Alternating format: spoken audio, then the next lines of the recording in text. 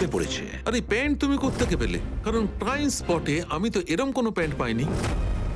CID নিরাপরাধ অফিসার্সরা মারা পড়ছে, আর আপনার সাহায্যে আমরা তাদের বাঁচাতে পারি। এটা কি করে হতে পারে? দয়ার রক্ত আমার প্যান্টে? দয়ার প্রাণ বিপন্ন।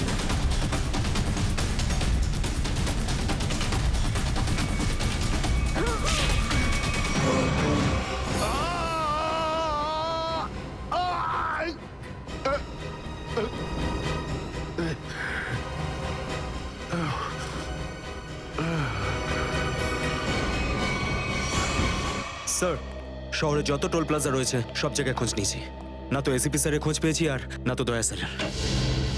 এসিপির খবর তো পাওয়া যায়নি, কিন্তু দয়ার খবর পাওয়া গেছে। জানতে পারা গেছে কোথায় ও? আগে কয়েকটা গুন্ডা ওকে উঠিয়ে নিয়ে কোথাও একটা বন্দি করে রেখেছে। ওর অবস্থা ভীষণই খারাপ। ইনি ডক্টর প্রমোদ। নমস্কার। গুন্ডারা জোর করে তুলে নিয়ে গেছিল। অ্যাকচুয়ালি দয়ার পিঠে গুলি লেগেছিল, যেটা গুন্ডারা এনাকে দিয়ে বার করিয়েছে। কি? দয়া স্যারের গুলি লেগেছে? হ্যাঁ। এখন দয়া কেমন আছে? ও বিপদমুক্ত তো? কিছু বলতে পারবো না। আমি তো গুলিটা তো বের করেছি, কিন্তু ওখানকার পরিবেশ যেরকম কোনো রোগীর জন্য একদমই ভালো না। আপনার তো কিছু নিশ্চয়ই মনে আছে ডাক্তারবাবু, কোথায় গুন্ডাদের এই আটাটা? ওরা আমার চোখ দুটো বেঁধে দিয়েছিল, তাই আমি বলতে পারবো না কোথায় আছে। ওখানে গিয়ে তো কাপড় খুলে দিয়েছিল। ওখানে ওদের নিশ্চয়ই দেখেছেন।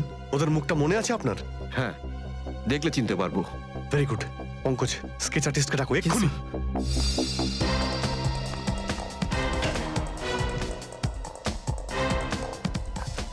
অভিজিৎ, ওই আমি তোমার সাথে।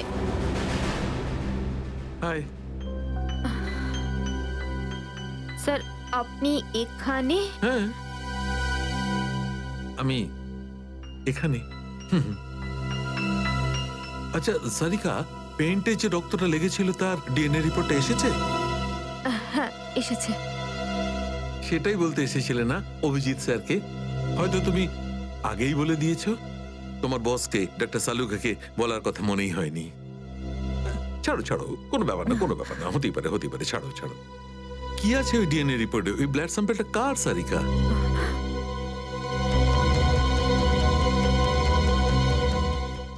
দয়া স্যারের। দয়ার? দয়ার? আচ্ছা, ওই প্যান্ট যার উপর এই রক্তটা লেগেছিল, ওই সেই প্যান্টটা কার?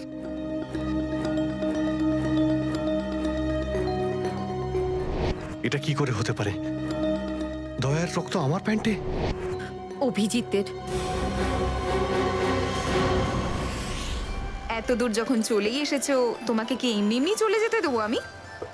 বারে বাহ, একেই বলে গঙ্গা জলে গঙ্গা পুজো করা। কেতন, খুব জল তেষ্টা পেয়েছে, ডাবের জল খাই না, চলো না। দাদা আসছে। কেতন, আরে না না না, কেন? ছাড়ো। চলো না প্লিজ। কেতন, কেতন। বাকি শপিং না অন্য কোনো দিন করো, চলো বাড়ি যাই। না না, আমি এখনই শপিং কেতন! করবো, অন্যদিন কেন? আরে বোঝার চেষ্টা করো না, আমার শরীর খারাপ, প্লিজ প্লিজ না, বোঝার না, চেষ্টা এক্ষুনি। করো, আমি বলছি প্লিজ না, কথা এক্ষুনি। শোনো আমার। কেতন, কি আপনি? কোথায় ছিলে তুমি কেতন? কে এটা? আমি কি করে জানবো? আমি চিনি না এনাকে। তুমি আমাকে চেনো না? নিজের সিমিকে চিনতে পারছো না কেতন? দেখুন দিদি, আপনি কিছু একটা ভুল করছেন। উনি কেতন নয়, উনি আমার স্বামী জয়। আমি আমার স্বামীকে চিনতে একটুও ভুল করিনি। এ আমার কেতনই। হয়তো আপনার স্বামীকেও ঠিক আমার মতনই দেখতে। আমার নাম তো জয়, জয় ধনকিশোর। এই দেখুন আমার ড্রাইভিং লাইসেন্স। তোমরা পুলিশরা এই ডুপ্লিকেট ড্রাইভিং লাইসেন্স ইজিলি বানাতে পারো, আমি সব জানি। কিন্তু তুমি এরকম কেন করছো? পুলিশ? দিদি, উনি উনি পুলিশে চাকরি করেন না, উনি তো একজন মার্কেটিং ম্যানেজার। ইনি মার্কেটিং ম্যানেজার নন, আমার স্বামী একজন পুলিশ অফিসার। 6 বছর আগে একটা ডিউটির জন্য গেছিল, আর আজ অবধি ফেরত আসেনি। 6 বছর আগে? হ্যাঁ। আপনাদের বিয়ে কবে হয়েছে? 5 বছর আগে। তুমি আমার উপর সন্দেহ করছো, তাও আবার একজন অপরিচিত মহিলার কথায়। চলো। কেতন, কেতন দাঁড়াও, কেতন।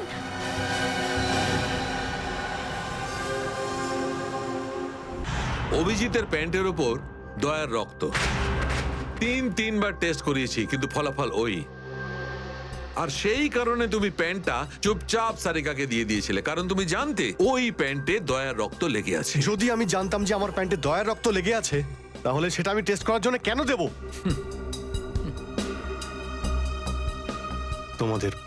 তোমাদের এটা মনে হচ্ছে না তো যে দয়ার এই অবস্থার জন্য আমি দায়ী? আচ্ছা ঠিক আছে, মেনে নিলাম। যদি তোমার কোনো দায় না থাকে তাহলে চুপচাপ তুমি সারিকাকে প্যান্টটা কেন দিলে? ওই প্যান্টটা তুমি ডাইরেক্ট আমাকেও দিতে পারতে। দিতে পারতাম স্যার, কিন্তু সব সময় আপনি আমার বিরুদ্ধে কথা বলেন। আমাকে ছোট করার কোনো সুযোগই আপনি ছাড়েন না। এই জন্য ওই প্যান্টটা আমি আপনাকে দিইনি। আর সেই কারণে সিনিয়র ইন্সপেক্টর অভিজিৎ, তুমি এটাও বলনি যে যখন দয়া আহত হয়েছিল তুমি নিজে সেখানে উপস্থিত ছিলে।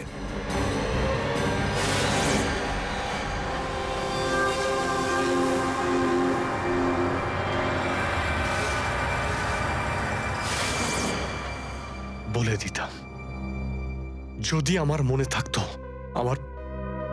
আমার এখনো কিছু মনে নেই যে ওই রাতে কি হয়েছিল। ওয়াইসি, আপনার মনেই নেই যে ওই রাতে কি হয়েছিল? ডক্টর সালুকে আমরা অভিজিৎ স্যার আর দয়া স্যারের বন্ধুত্বের উদাহরণ দিই, আর আপনি ওনাদের উপরে এরকম অপবাদ দিচ্ছেন? হ্যাঁ স্যার, অভিজিৎ স্যার নিজের জীবন দিয়ে দেবেন, কিন্তু দয়া স্যারের ওপর একটা আঁচল লাগতে দেবেন না। ও আচ্ছা চলো ঠিক আছে, মেনে নিচ্ছি।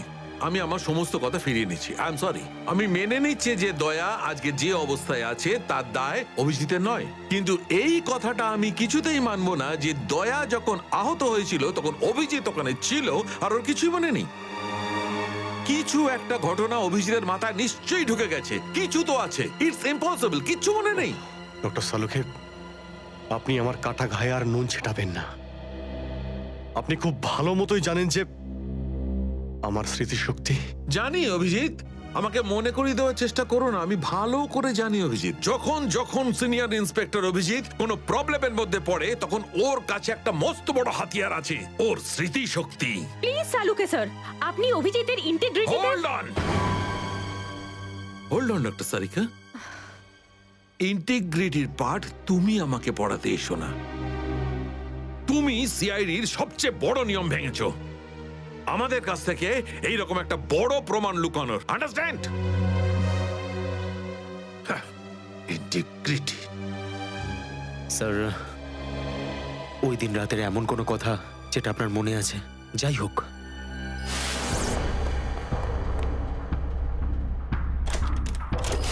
আমি তেজার পিছনে দৌড়াচ্ছিলাম। ও দৌড়ে গিয়ে গাড়িতে ওঠে, আর তারপর কেউ ওকে গুলি করে আর গাড়ির বাইরে ফেলে দেয়।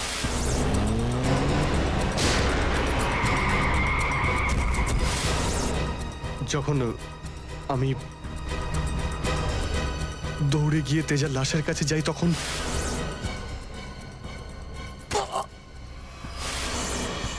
কেউ আমার ঘাড়ের কাছে কিছু একটা সূচের মতো। তারপর আমি অজ্ঞান হয়ে যাই। আর তার পরের দিন যখন আমার চোখ খোলে তখন আমি দেখলাম যে আমি রাস্তার পাশে পড়ে আছি। তার মধ্যে কি হয়েছে আমার কিচ্ছু মনে নেই। ঠিক আছে, কোনো ব্যাপার নয়। ওই রাতে এক্স্যাক্টলি কি হয়েছিল সেটা জানা যাবে এই গুলিটার মারফত। এটা সেই গুলিটা যেটা দয়ার পিঠ থেকে বার করেছিলেন ডক্টর প্রমোদ। আর এই গুলিটার ব্যালিস্টিক রিপোর্ট থেকেই বার করা যাবে যে আসলে এই গুলিটা কার বন্দুক থেকে ছোঁড়া হয়েছিল।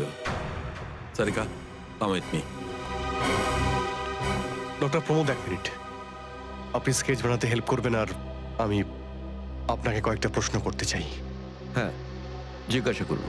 ডক্টর প্রমোদ, আপনাকে ওই গুন্ডারা কোথা থেকে কিডন্যাপ করেছিল? প্রতাপনগর থেকে। আর তারপর আপনার চোখে কাপড় বেঁধে দেয়? আগে ওর পরে গাড়িতে বসে ওদের আড্ডায় নিয়ে যায়। আড্ডায়? আচ্ছা, আড্ডাতে পৌঁছাতে আপনার কতক্ষণ লেগেছিল মনে আছে? 40-45 minute. 40-45 minute?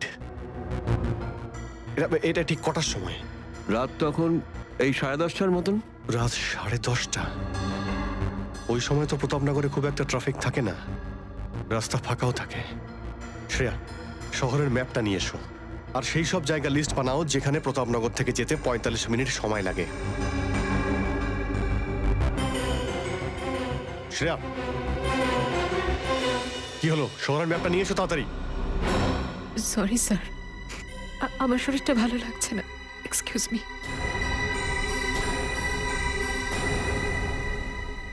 I can't believe this Maya, তুমি নিজের স্বামীর কথা বিশ্বাস করছো না, একজন অপরিচিত মহিলার কথা বিশ্বাস করছো তুমি। একটা মেয়ে অন্য একটা মেয়ের চোখের দিকে তাকালেই বুঝতে পারে যে সে সত্যি বলছে না মিথ্যে, আর ওর চোখে সত্যিটা ছিল, ওর চোখে জল মিথ্যে বলছিল না। মায়া, মায়া তুমি ওর কথায় বিশ্বাস করছো চোখের জল দেখে, আর তুমি আমাকে সন্দেহ করছো।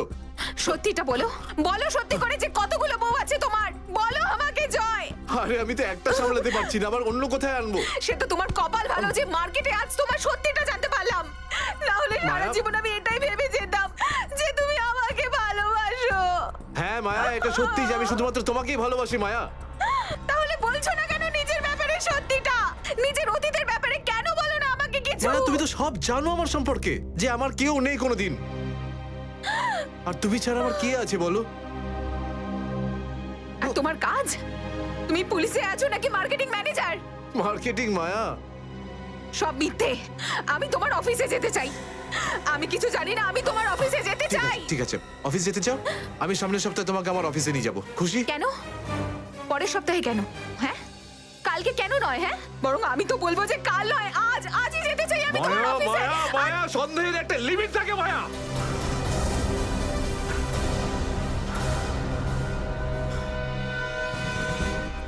ঠিক আছে মায়া, আই এম সরি মায়া, আমি তোমাকে অফিসে নিয়ে যাবো। মিথ্যে কথা বলার একটা লিমিট আছে জয়, ওরফে কেতন। মায়া, যতক্ষণ না তুমি আমাকে সত্যিটা বলছো, আমার সাথে কথা বলতে আসবে না তুমি। Maya listen to me Maya, please শোনো মায়া। মায়া, মায়া দরজা খোলো মায়া।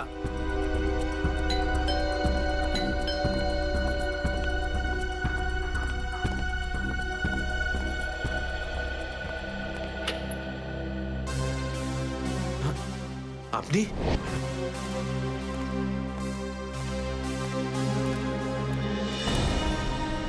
কেতন, মিশনের কাজটা থামিয়ে দাও আর এই মুহূর্তে এখান থেকে চলে যাও। না স্যার, আমি এই মিশনের জন্য আমার জীবনে 6টা বছর দিয়েছি স্যার। স্যার প্লিজ স্যার, আপনি মিশনটা আটকাতে পারেন না স্যার, আমি এই মিশনটা কমপ্লিট করা খুব তুমি কাছাকাছি। বুঝতে পারছো না কেন কেতন? তোমার জীবন কতটা বিপন্ন তুমি জানো? আর তাছাড়া আমি অন্যান্য অফিসারদের এইভাবে মরে যেতে দেবো না। 4টের সময় গোলমা বাস স্ট্যান্ডে অপেক্ষা করবে, that's an order. Sir, sir please sir, sir please.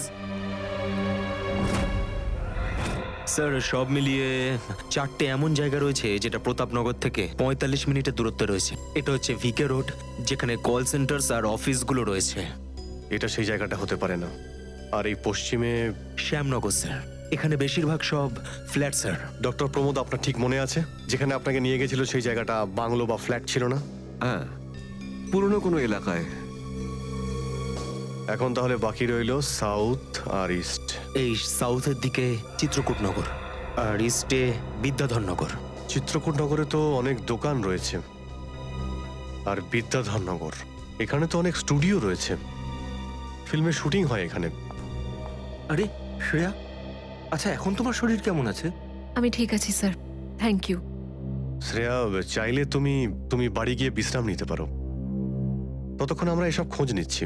না স্যার, যতক্ষণ দয়া স্যার আর এসিপি স্যারের খোঁজ পাওয়া যাচ্ছে না, আমার শান্তি হবে না। ওকে, ঠিক আছে। মানে দয়া হয় বিদ্যাধরনগরে, না হলে চিত্রকূটনগরে আছে। ডক্টর প্রমোদ আপনাকে যেখানে নিয়ে গেছিল, আশপাশ থেকে সেখানে কি কোনো শব্দ আসছিল? আপনি কিছু শুনেছিলেন ওখানে? হ্যাঁ, একটা গান বারবার শোনা যাচ্ছিল।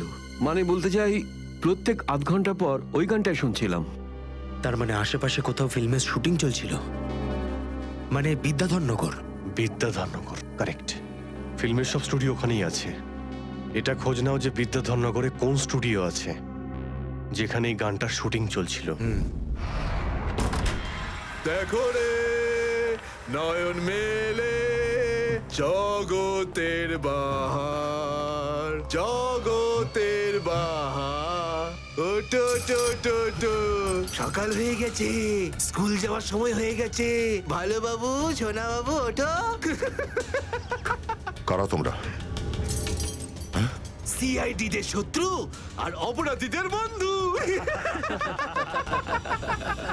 দেখো দেখো দেখো দেখো দেখো দেখো কেমন করে ছটফট করছে, দেখো খাঁচায় বন্দি সিংহের মতন ছটফট ছটফট ছটফট ছটফট ছটফট ছটফট। একবার শুধু শেকলটা খুলে দে, তারপর দেখ তোদের কি অবস্থা করি। না না না না না, আমরা কি মরতে চাই নাকি যে তোমার হাত খুলে দেবো? আরে আমরা তো শুধু এটা বলতে এসেছিলাম যে তোমার সাথে সাথে তোমার পুরো সিআইডি টিমের এবার সর্বনাশ হতে চলেছে। সর্বনাশ। অনেক দেখেছি তোদের মতন সিআইডির সর্বনাশ করার লোক। আজ তারা কোথায় আছে কেউ সেটা জানে না। তুমি আমাদের এতটা বোকা আর দুর্বল ভাবতে যেও না, কারণ আমাদের বস এত চালাক, এতটাই চালাক যে সিআইডির ছায়াও ওর কাছে পৌঁছাতে পারবে না। আমার কথা শোন, গিয়ে তোর বসকে বলে দে কাউন্ট ডাউন শুরু করে দেয় যেন ও বাঁচবে না আর, বাঁচবে না আরো। কি ব্যাপার তোমাদের ভাই, তোমাদের এই সিআইডি অফিসারদের এই ব্যাপারটা আমার দারুণ ভালো লাগে। মৃত্যুর মুখে বসেও ডায়লগ মারতে ছাড়ো না তোমরা। দয়া, তোমার সঙ্গে দেখা করে খুব ভালো লাগলো। Good bye.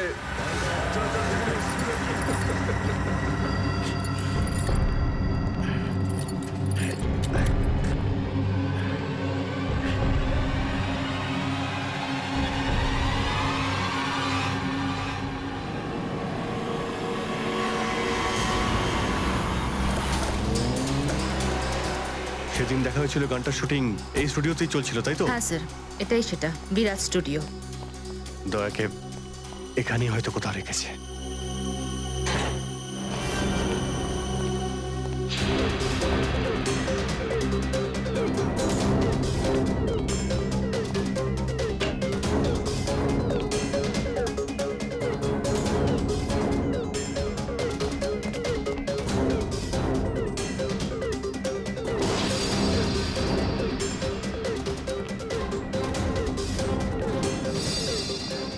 এত রক্ত? তার মানে স্যার, দয়া স্যার এখানেই ছিলেন? এই শিকল দিয়ে বেঁধে রেখেছিল আমার বন্ধু দয়াকে। একবার যদি আমি এদের পাই না। স্যার, এই চায়ের কাপটা পেলাম, চা এখনো গরম রয়েছে। যা গরম আছে তার মানে হলো ওরা এখান থেকে বেশি দূর যায়নি।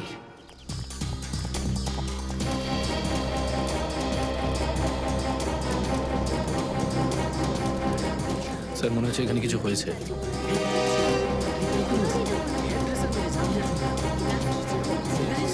সরে যান প্লিজ, সরে যান, সাইড দিন, আমরা সিআইডি থেকে এসেছি।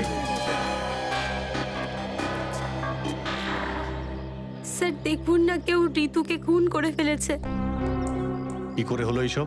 বলতে পারবো না স্যার, আমরা সবাই শুটিং এ ব্যস্ত ছিলাম তো তো হঠাৎ গুলি চালাবার আওয়াজ পেলাম, আর এখানে এসে দেখলাম এই মরে আছে। কতক্ষণ আগে চলেছিল গুলি? স্যার এই ধরুন আধ ঘন্টা আগে। স্যার আমরা লোকাল পুলিশকেও ইনফর্ম করে দিয়েছি স্যার। ঠিক আছে, আপনারা একটু এখান থেকে পিছিয়ে যান একটু।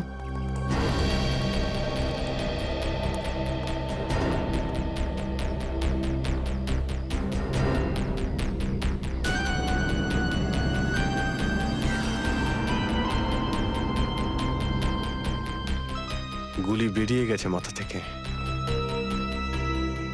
গুলি লাগা 2 সেকেন্ডের মধ্যেই বেচারি মারা গেছে। গুলি লাগার পরেই এফোড় ওপড় হয়ে গেছে।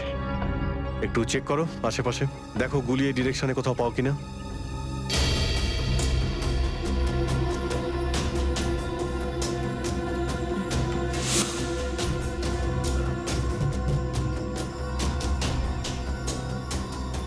এই বেচারি এইভাবে এখানে বসেছিল, পিছন থেকে কেউ গুলি করলো আর এইভাবে উল্টে পড়ে যায়। আর এই আঘাত, এটা আবার কি ব্যাপার?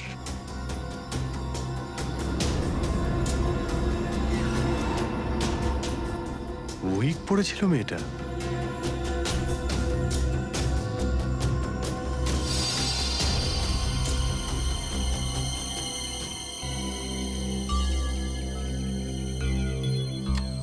স্যার, হ্যাঁ পুরবি, গুলি পেয়ে গেছি। রাইফেলের গুলি মনে হচ্ছে।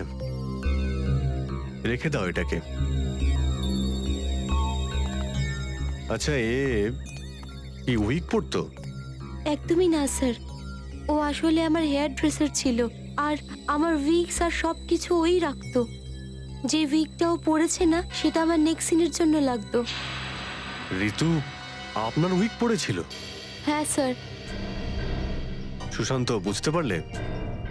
যখন ঋতুকে গুলি করা হয় তখন খুনি ওর মুখটা দেখেনি, গুলি পিছন থেকে চালিয়েছিল। আর যখন ঋতুর গুলিটা লেগেছিল তখন ও ওনার উইক পড়েছিল। মানে গুলিতে ঋতুর নয়, আপনার নাম লেখা ছিল। কি? হ্যাঁ, আপনাকে কেউ মারতে চায়। এই দেখো, 0.33 ক্যালিবারের বুলেট এটা, যেটা দিয়ে ঋতুকে মারা হয়েছে, যেটা শুধুমাত্র স্নাইপার রাইফেল দিয়েই ছোঁড়া যায়। তাহলে সালুকে স্যার, এই ওর মাথাতে দুটো লাল রঙের চিহ্ন কিসে? এই লাল চিহ্ন দুটো এন্ট্রি আর এক্সিট উন্ড। ঋতুর মাথার মধ্যে গুলি এই দিক দিয়ে ঢুকেছে আর এইখান দিয়ে বেরিয়ে গেছে। এই এক্সিট বোন এন্ট্রি বোন থেকে প্রায় হাফ ইঞ্চি নিচে, মানে গুলি উপর থেকে নিচে চালানো হয়েছিল। আগে হ্যাঁ, গুলিটা ঋতুর মাথায় এইখান দিয়ে ঢুকেছিল আর এইখান দিয়ে বেরিয়ে এসে সোজা ভ্যানিটি ভ্যানের ফুটবোর্ডে এসে আটকে গেছে। আর আমাদের ক্যালকুলেশনের হিসেবে গুলিটা চালানো হয়েছে এদিক থেকে, এইভাবে। গুলিটা প্রায় 2-3 তলার ওপর থেকে ছোঁড়া হয়েছে। অনেক কিছু জানতে পেরে গেছেন স্যার আপনি। হ্যাঁ, ঋতুর কেসে তো আমি অনেকটাই জানতে পেরে গেছি।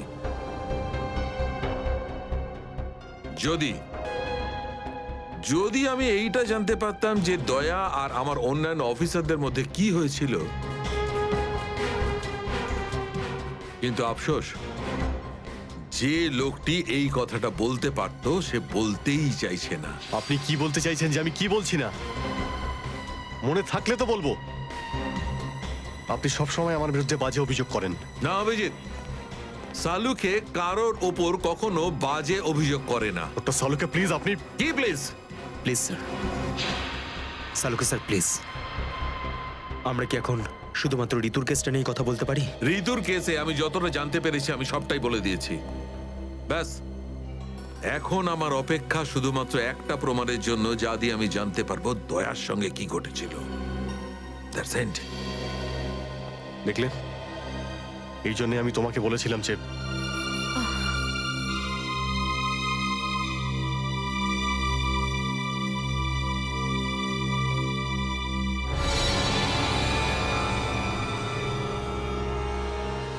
Sharp shooter. স্যার আমি বলছি না, শেষ এক সপ্তাহ এখানে কোনো শুটিং হয়নি, তাই এখানে কারো আসার প্রশ্নই ওঠে না। মানে গত এক সপ্তাহ ধরে তুমি ছাড়া এই স্টুডিওতে আর কেউ আসেনি? আগে না স্যার। তার মানে গুলি তুমি চালিয়েছো? আমি গুলি কি করে চালাবো? আমার তো দীপাবলির বাজিতেও ভয় লাগে। তাহলে ভালো করে ভেবে উত্তর দাও। কেউ না কেউ তো গিয়েছিল সেকেন্ড ফ্লোরে। হ্যাঁ স্যার, একজন প্লাম্বার এসেছিল ওই পাইপ ঠিক করতে। সেকেন্ড ফ্লোরে? হ্যাঁ স্যার। নিয়ে চলো সেখানে, চলো।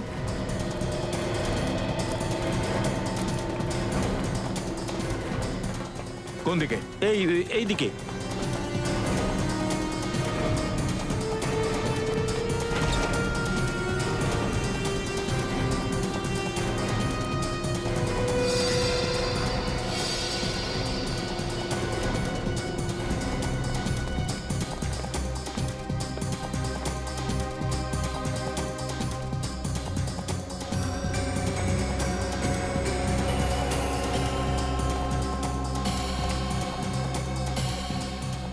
এখান থেকে।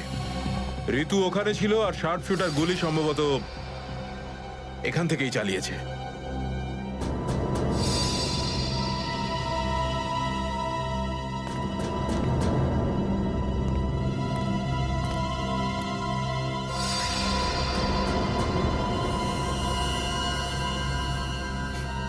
স্যার, স্যার লাবণ্যকে গুলি করা হয়েছিল। এই হলো ওই গুলিটার শেল। তুমি স্যার স্যার এতে আমার কোনো দোষ নেই স্যার। স্যার প্লিজ আমার বিরুদ্ধে কোনো কমপ্লেন করবেন না, আমার চাকরি চলে যাবে, প্লিজ প্লিজ। ভয় পেও না।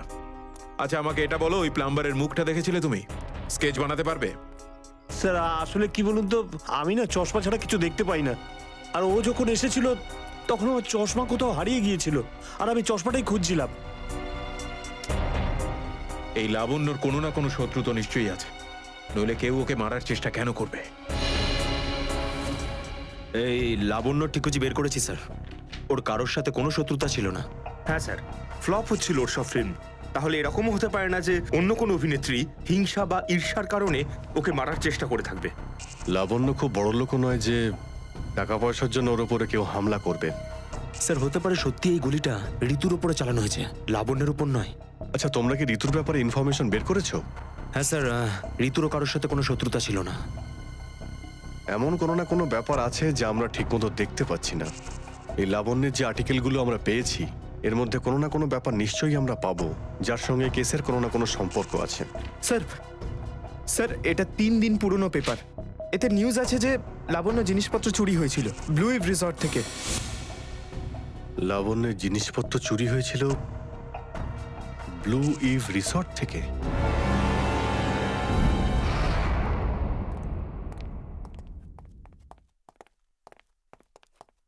এটাই রুম স্যার।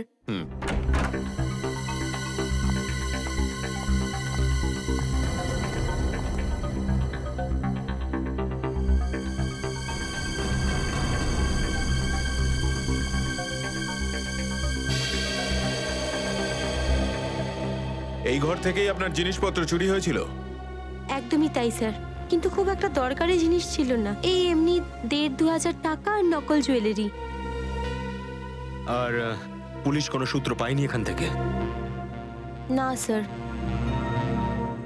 কিন্তু চোর এখানে আসলো কি করে? জানলা দিয়ে, এসির জায়গা দিয়ে নাকি? স্যার দরজা থেকে এসেছিল।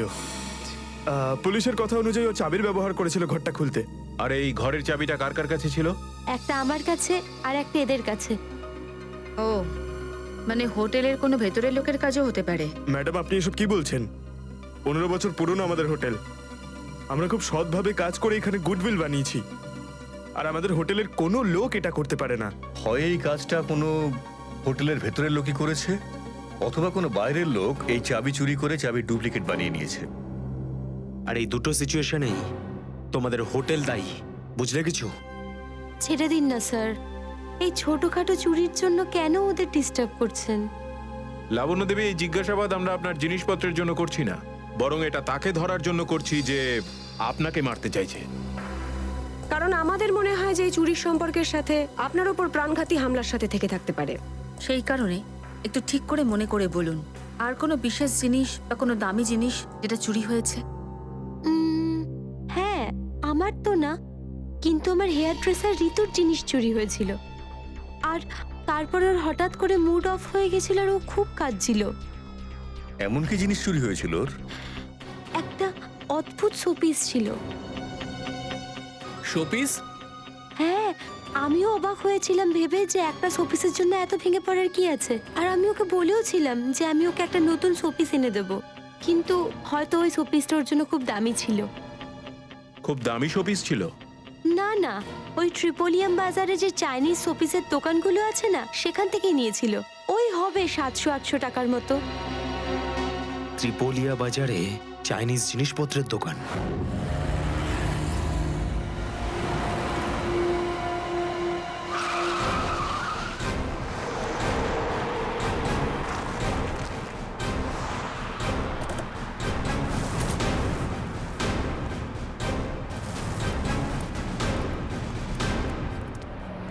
সিআইডি।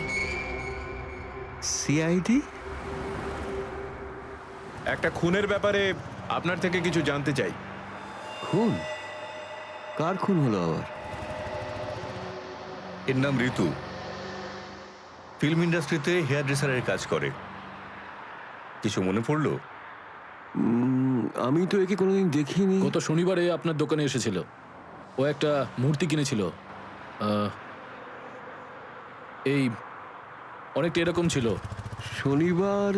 শনিবার তো আমি ছুটিতে ছিলাম। হ্যাঁ, সুশান্ত দোকানটা দেখছিল।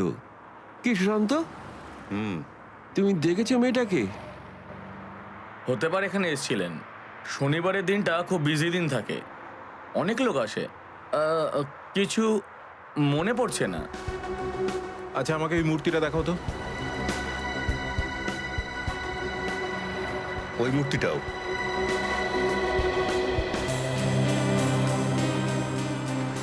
এরকম আর কটা পিস আছে আপনার দোকানে? এই 15-20টা হবে। কি সুশান্ত? হ্যাঁ,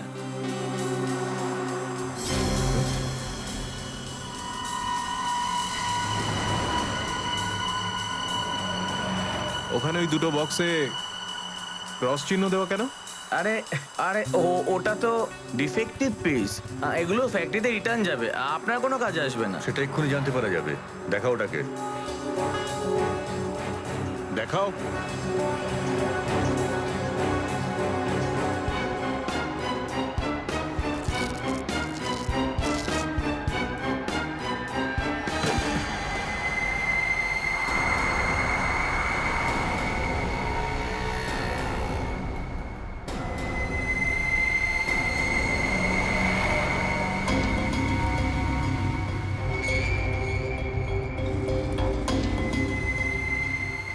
তো এসব ড্রাগসের ব্যাপার। ঋতু কেউ এরকমই সব পিস বেঁচেছিলে? সুশান্ত, তুমি আমার দোকানে থেকে ড্রাগসের কারবার করতে? এবার বন্ধ করো এই নাটকটা। অ্যারেস্ট করো এই দুজনকে। আসুন, স্যার, আসুন, পরে দেখছি। চল, তোকে বোঝাচ্ছি, চল স্যার, আমি কিছু করিনি স্যার। চল।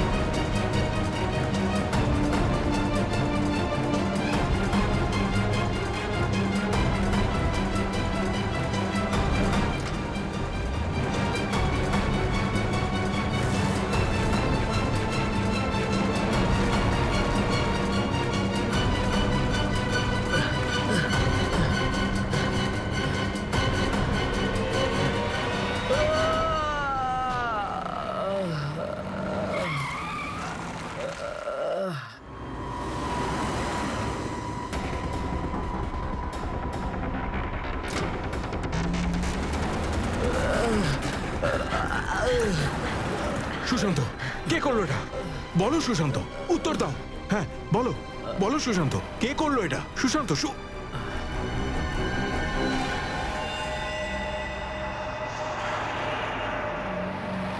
হি ইজ ডেড। স্যার, এটুকু তো নিশ্চিত ঋতুর মৃত্যুর সম্পর্ক এই ড্রাগস স্মাগলিং এর সঙ্গে রয়েছে। হ্যাঁ পুরবী, কিন্তু এই ড্রাগসের র্যাকেটের পিছনে কারা আছে?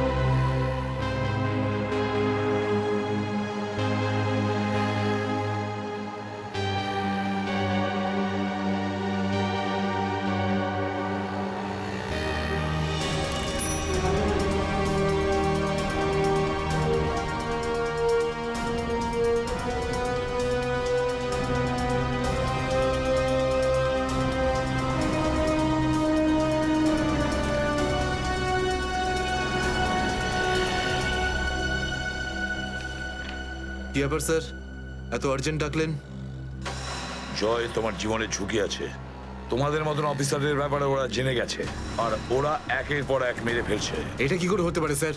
আমাদের ব্যাপারে কে কাকে কি বলবে? সেই তো, সেটাই তো বুঝে উঠতে পারছি না। সেটারই তো খোঁজ নিতে হবে। তুমি একটা কাজ করো, এটার মধ্যে ভোপাল যাওয়ার টিকিট আর 10,000 টাকা রয়েছে। তাড়াতাড়ি এখান থেকে চলে যাও। যাও, তাড়াতাড়ি বেরিয়ে পড়ো। জয়, জয়, কি হয়েছে? জয়, জয়,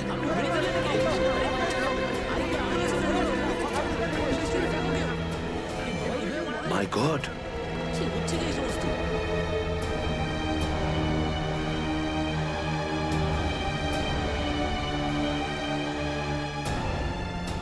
আরো একজন আন্ডার কভার কপ মারা গেল, আরো একজন সিআইডি অফিসার মারা গেল, কিন্তু আমি ওকে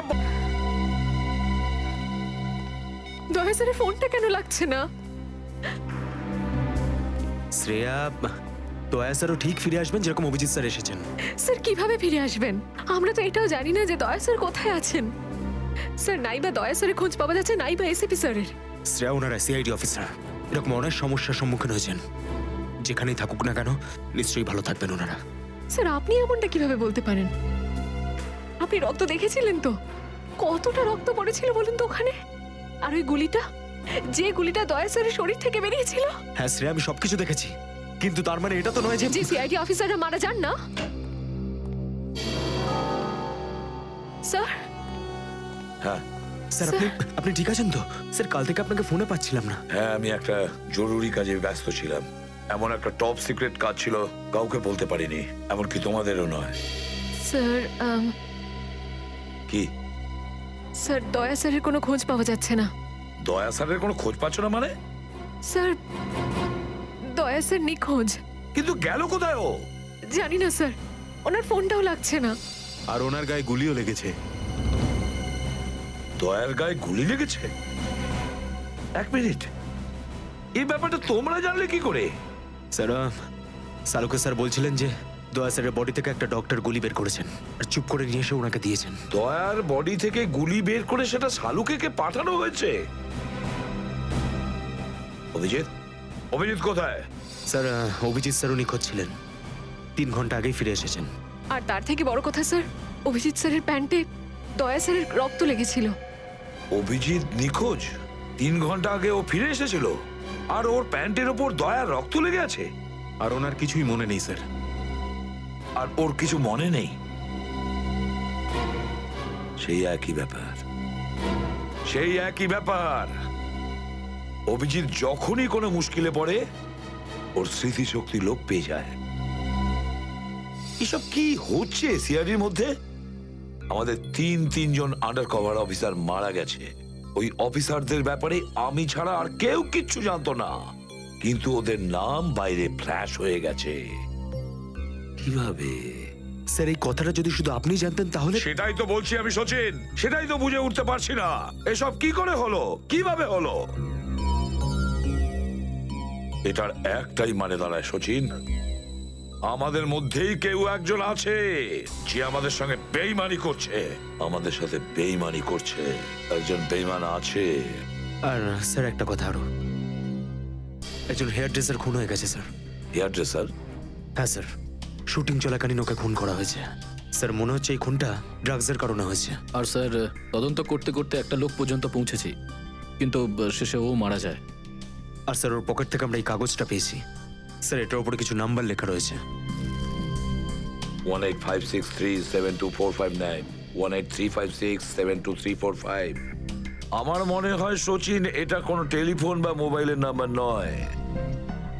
এই নাম্বারটা অন্য কিছু, এই নাম্বারটা অন্য কিছুরই হবে। কিন্তু কি? আরে, এরা তো সব তোমার সঙ্গেই আছে। তোমার অফিসাররা তো তোমাকে খুঁজে খুঁজে হয়রান হয়ে গেল। আমি কোথায় গিয়েছিলাম ওরা জানে। এবার তুমি বলো, এমন কোন কথা আছে যেটা ফোনে বলতে পারোনি?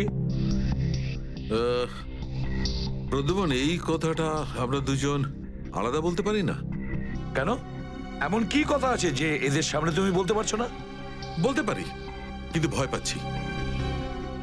পাচ্ছি যে যে লোকটাকে এরা হিরো মনে করে, যারা তার মতো হতে চেষ্টা করে, স্বপ্ন দেখে, যাতে ও নিজে এই লোকেদের দৃষ্টিতে পড়ে না যায়। এসব ঘুরিয়ে ফিরিয়ে কথা বন্ধ করো সালুকে, পরিষ্কার করে বলো আর সবার সামনে বলো। ঠিক আছে, পরিষ্কার করে বলছি আর আমি সবার সামনে বলছি, কিন্তু যেটা আমি বলবো সেটা শুনে কেউ যেন মনে করো না যে আমি কারোর ওপর বদলা নিচ্ছি বা কারোর সঙ্গে শত্রুতা করছি। ক্রাইম স্পটের ব্যালিস্টিক রিপোর্ট এসে গেছে। কি লেখা আছে রিপোর্টে? প্রথম গুলিটা চলে কালুর ওপর, অভিজিতের বন্দুক থেকে। আমাদের আন্ডারকভার কপের উপরে? আগে হ্যাঁ, শুধু তাই নয়, দ্বিতীয় গুলিটা চালানো হয়েছিল ভিকুর ওপর, দয়ার বন্দুক থেকে। না, এরকম হতে পারে না। অভিজিৎ স্যার আর দয়া স্যার ভিকু আর কালুকে এইভাবে চেয়ারে বেঁধে রেখে গুলি চালাতে পারে না স্যার। ফ্রেডে ব্যালিস্টিক রিপোর্ট কখনো মিথ্যে কথা বলে না। আর সবচেয়ে ইম্পর্টেন্ট রিপোর্ট, সেই রিপোর্ট যার জন্য এদের সবাইকে বাইরে যেতে বলেছিলাম। অভিজিতের ফোন। অভিজিৎ, কোথায় তুমি? এখন এই মুহূর্তে ফরেনসিক ল্যাবে তুমি চলে এসো। ফরেনসিক ল্যাবে? কেন স্যার, কি হয়েছে? অভিজিৎ, তুমি কাল্লুকে গুলি চালিয়েছো? কাল্লুকে গুলি আমি? আর স্যার, ওকে আমি কেন গুলি করতে যাব? অভিজিৎ, তুমি এই মুহূর্তে ফরেনসিক ল্যাবে চলে এসো, and that's an order. Sir, এই কথাটা শুনে আপনি যতটা অবাক হয়েছেন ততটা আমিও অবাক হয়েছি। আর যতক্ষণ আমি এটা না জানছি যে ওই রাতে কি হয়েছিল, আমি আসবো না। তাহলে কি তুমি আমার বিরুদ্ধে যাবে? স্যার, আমি আপনার বিরুদ্ধে যাচ্ছি না স্যার। আমি সেটাই করছি যেটা আপনি আমাদের শিখিয়েছিলেন, সিআইডি ডিউটি স্যার। অভিজিৎ,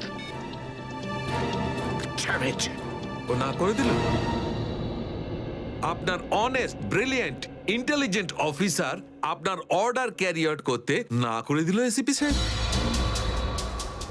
আমি জানতাম প্রদ্যুম্ন, এই অভিজিৎ একদিন না একদিন পুরো সিআইডি টিমের জন্য সেই মাছি প্রমাণিত হবে যে সমস্ত পুকুরটাকে নষ্ট করে দেয়।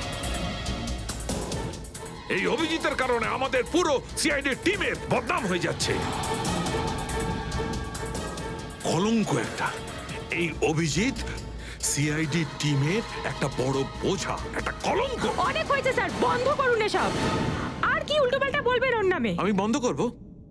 আমি তো বন্ধ করে দেবো সারিকা, কিন্তু এই রিপোর্ট, এইটার কি করবে? এইটা চুপ করে থাকবে না সারিকা, এইটা সত্যি কথা বলবে বস। জানো এই রিপোর্টে কি আছে? কি আছে ওই রিপোর্টে? দয়ার উপর গুলি কে চালিয়েছে, কে মেরেছে সালুকে, কে করেছে গুলিটা? প্রদ্যুম্ন, দয়ার উপর গুলি তোমার honest, brilliant, intelligent officer Abhijit চালিয়েছে। কি? দয়া অভিজিতের গুলির শিকার হয়েছে প্রদ্যুম্ন। অভিজিৎ গুলি চালিয়েছে দয়ার ওপর। অভিজিৎ? অভিজিৎ অভিজিৎ দয়াকে গুলি করেছে?